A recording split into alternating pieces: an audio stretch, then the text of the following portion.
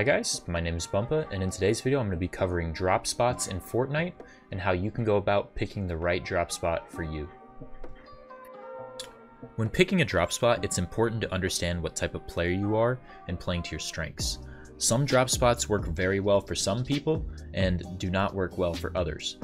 Things to consider are things like, are you a good off-spawn fighter?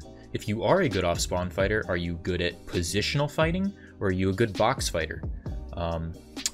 If you're not a good off-spawn fighter, you need to think of ways that you can either split loot and disengage, or you need to find a spot where you are going to be uncontested. These are all important things to consider. How much loot you need. If you want to fight, you should probably land at a place where you can access a reboot van very easily, just in case a teammate goes down. What's the rotation path look like out of your drop spot? All this stuff is very important to consider when picking a spot that's right for you. First, let's take a look at some POIs and what I mean by, are you a good positional off-spawn fighter or a good box fighting off-spawn fighter? Pleasant Park is a very positional style fighting spot. I personally land Pleasant Park in duos. The way that Pleasant works is that if you are contested by one other team, the best bet is usually to try and control as many chests as you can and disengage out of the POI. There is not a lot of loot at Pleasant, so the likelihood that the people that you are fighting being worthy of killing them, the risk reward does not really even out. So if there's only one other team there, usually we try and disengage unless we have a very early advantage. But if there is more than one team there, then it is very easy to third-party fights at Pleasant and clean them up pretty risk-free. So that is one thing to keep in mind. POIs like Slurpy Swamp are very box fight heavy due to the short distance between buildings and just the amount of space in buildings in general. It's very confined. So stronger box fighters might thrive in a place like Slurpy Swamp. Same with a place like Lazy, towards the center at least. Over here you have more positional style fighting towards the edges. Retail Row, very positional style. It's a very good split spot. If you can take Dog from Blacktop team, you can control residential side of Retail and disengage out to the west, and Blacktops can control Blacktops and disengage to the north, south, what have you. Different POIs have different fighting properties. Also, Sweaty Sands is a power position dominated POI. It's kind of like Paradise Palms with the hotel.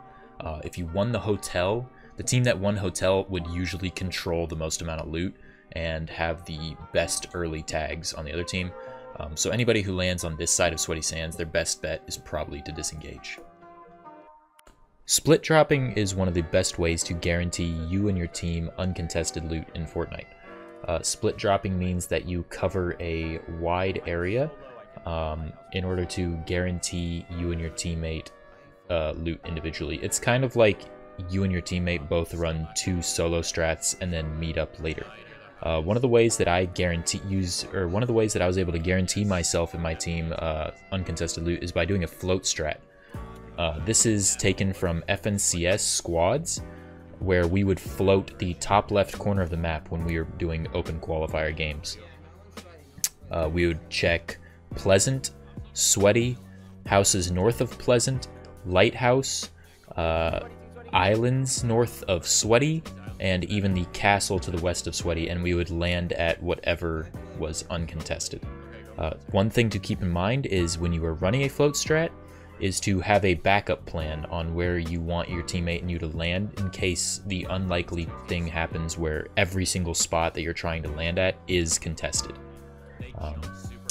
That way you guys can group up and fight whatever team that decides to contest you on your part of the map.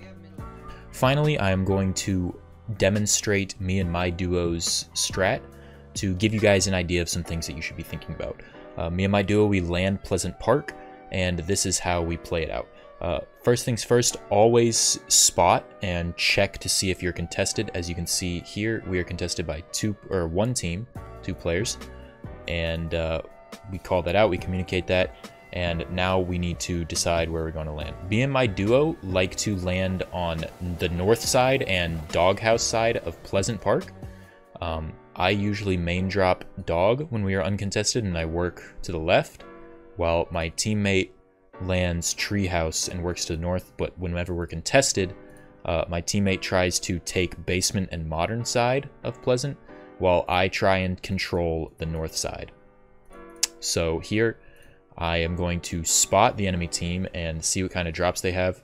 I have a better drop for brick house, so I take that from them.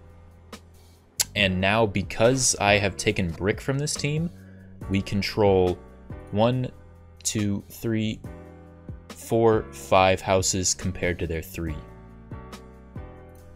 Which is 6 chests compared to 2, 4, 7, 9, 10 chests.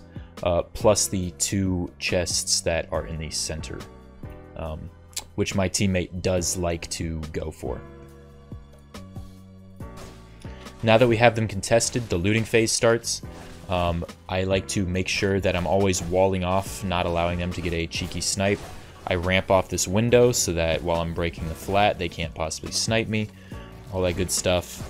And at this point, we are looking for tags on them to get info, or my teammate is. We're always trying to spot where they are, and we're trying to communicate whether or not it is worth fighting. Pleasant is one of those spots where 99% of the time, fighting isn't worth it if you're just contested by one other team, because the likelihood that they have much better loot than you is pretty unlikely, and you're probably going to end up burning more resources than you started with.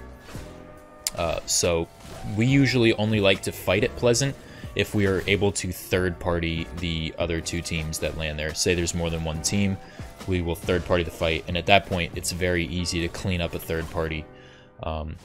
Notice how I'm rotating through. I'm always checking line of sights, making sure I'm not going to get shot at. And as soon as I get to this point, we have pretty much looted the entirety of it. My teammate has snuck this chest, and I think he's going to work his way towards this one. And then once I finish looting dog, we're going to disengage out to the north so that we can go for more loot. This hill, or this house on the hill over here, has 2 chests, and then there is another chest to the east of it.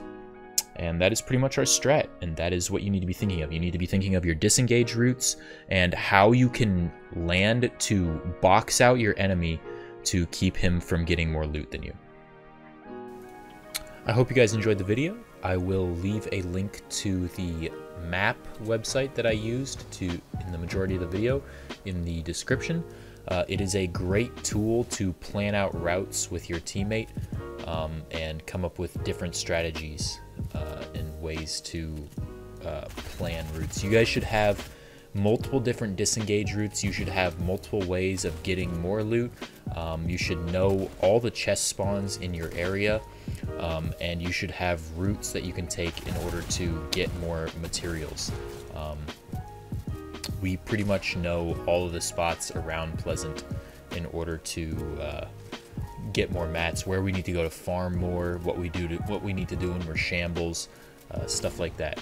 So get to work and put the time in, and I promise you it will pay off. Having a good drop spot is very important to succeeding in competitive Fortnite. I hope you guys have a great day.